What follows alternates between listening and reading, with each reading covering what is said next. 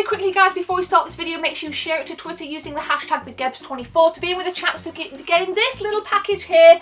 I'm going to be sending it out, so make sure you share it. I'll do a search on the hashtag. I'm going to pick a winner on Friday. We've already picked a winner from the last video and I've messaged them, so I'm waiting for their address. Share it, put some emojis in, make it pop, and I will send it to you if it's cool and gets loads of retweets.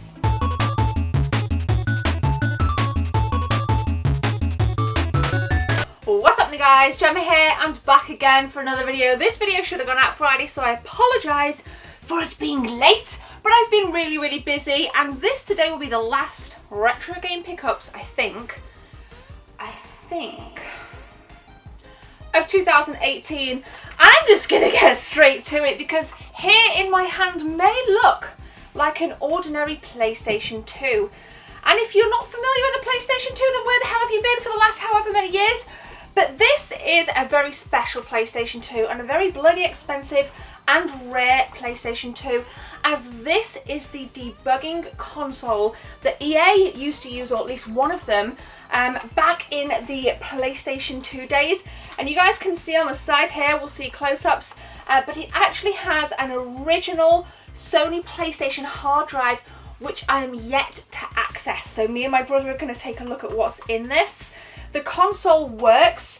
It is the difference, if you don't know what these are, let me just I'll just put it down.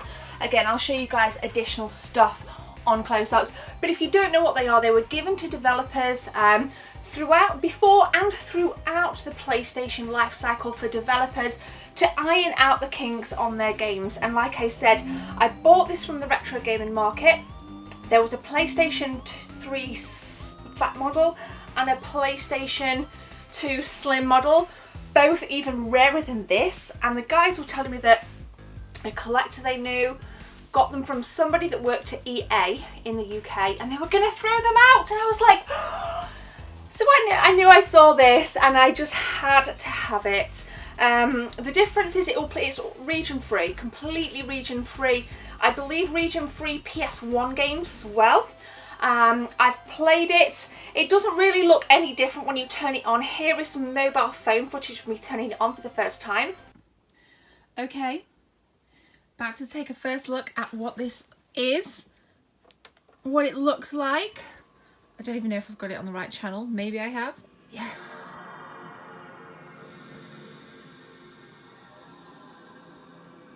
So I want to see what's in the hard drive. So this is the first boot up, guys.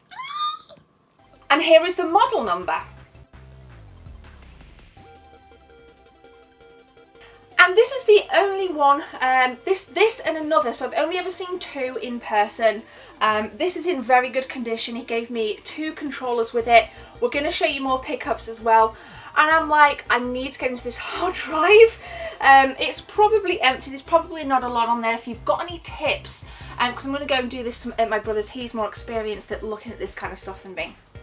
So let me know what to kind of look for. It's becoming a holy grail. It's one of the holy grail items that I own now, alongside one of those super rare SNES games, the Woolworth release of Batman Forever, which I got at one of the last retro game markets. So I'm super stoked, and if you've ever seen one out in the wild, let me know in the comment section below. So let's take a look at some other stuff then. I've got loads of stuff here. I may as well show you this, as it's kind of just within my grasp. I just need to get this little sticker off. This is a Game Boy Advance SP. It is one of these Zelda, I think it's Minish Cap, this release was. It is a reskin, so I'm not going to kind of say, oh, it's a real nice condition, I've got a bargain on it.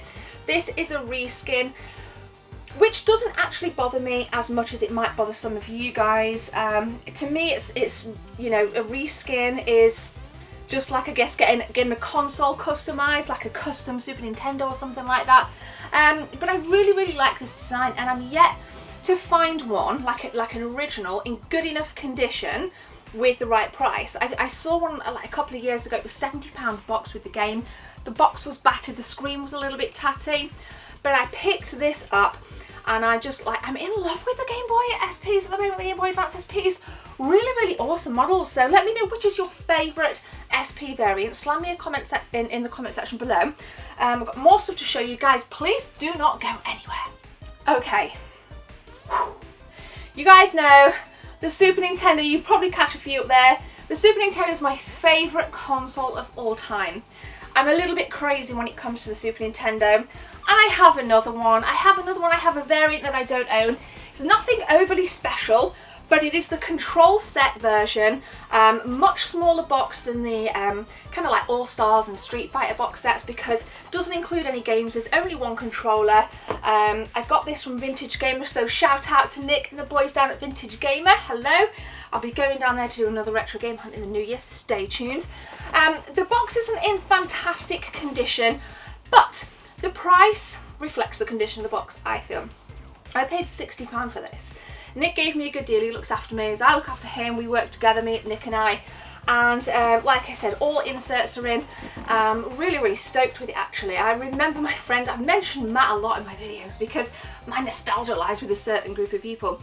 But Matt had this one Christmas, and I think the next Christmas he got like the Starwing release. I don't remember which way around it was. It may have been the other way.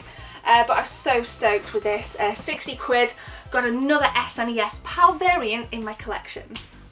Gonna show you some stuff here. Got some stuff, got some more stuff. Now this, I picked this up at a stall that claimed, we were kind of talking, it was the same stall if you've seen the video, that my friend bought the All-Star Super Nintendo from. I picked up Syndicate, really darn nice condition. It says in the back, and I love reading the backs, it says here, in the dark and forbidding cities of tomorrow, crime syndicates compete for global domination. As a syndicate executive, it is your mission to expand the syndicate's empire, arming cyborg agents to the teeth and bringing chaos to the city streets. That to me sounds awesome. I think I remember my other friend Gaz and Damo hiring this from Blockbuster back in the day. Could be wrong, but Gaz, if you're watching, let me know if I'm right. Also picked up, excuse me, Monopoly on an NTSC boxed PAL. Unfortunately missing manual, so if you have a copy of the manual, please drop me a message on the Facebook group. I know that Jess and I will actually have a ton of fun playing this. Loved playing Monopoly on the Wii. In fact, I just love Monopoly anyway. And I don't see this around often, and I picked it up for 8 quid. So I thought for 8 quid, I'm going to take a punt at this. The box isn't in too bad of a condition. Again, missing manual, so if you've got it, please chuck us a message. We don't really need to say much more about Monopoly. I've always found that both on board game and on kind of any console with Monopoly, you always have just a ton of fun. The animations are really quirky.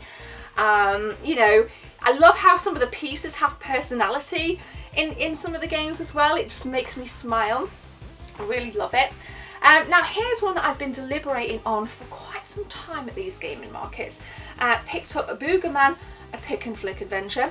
Not very lavish by any stretch of the imagination, but this is complete, and I paid £25 for this, which is, I guess, middle of the kind of range in terms of Sega Mega Drive games. That obviously is a lot more cheaper stuff, but I own all the common stuff now on Mega Drive, and I don't own this, and I really enjoyed it back in the day. So we'll put it up there. And then we got more stuff, so don't go anywhere. Picked up Ghost in the Shell on the PlayStation 2. This comes in a slipcase.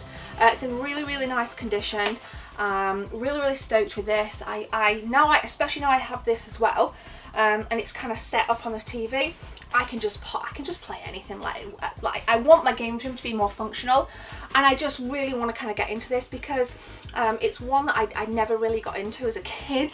And I saw it and I thought about it, it went away, I came back and it was still there, and I thought, do you know what, I'm gonna go for it. And I think this was from what was Retromnia, forgot the names, but if you're watching, guys, you're from Sheffield, shout out to you. So I think we got a few more bits, don't go anywhere. I actually, by the way, got a charger for that Game Boy Advance SP, so that's pretty neat. And this pink PS2 controller, the guy said when I picked up the debugging console that he'd give me 2 controls, and I picked pink because there was only one with it. So, because pink and yellow, of course, are my favourite colours, so girls got to have some pink where a girl can. Last but not least, picked up, very random pickup for me. This is the Python 2B, and this is a Super Nintendo joystick. This is really nice condition in the box, you know, it's actually got its inserts in the box as well. Had this unboxed as a little girl. and I used to get, this used to come up a lot in John Shaw's, sorry about the noise, in John Shaw's, my childhood, and still is one of my go-to retro game stores actually. I may have paid top end for this, but I kind of didn't mind because I bulk bought a couple of bits and I think he gave me a little discount anyway. I never ask for discounts anymore, I'm kind of done with that shit. I just pay whatever people are asking. It's like a friggin' racetrack. So I think I paid 15 quid for this, you know, I did see it rattling around loose for a lot less, but I wanted it boxed. It will look nice in the games room, so that's why I got it. So there we go, gamers. I hope you enjoyed this little retro game haul. I'm super stoked with it. Although there wasn't a lot of stuff in terms of quantity, rest assured there was hundreds of pounds worth of stuff spent here. That's why I think it's going to be one of my last ones of 2018, but we got more coming next year. And I'm asking you guys a huge favour. I would love to get to 30,000 before the end of this month, so if you guys can hit that subscribe button and share this video wherever you can to places where you think people will enjoy my content, please do, and don't forget about the giveaway as well. Thank you very much for watching it. I'm going to be reading your comments now. Comment section below. My name is Cheryl. Take care. See you soon.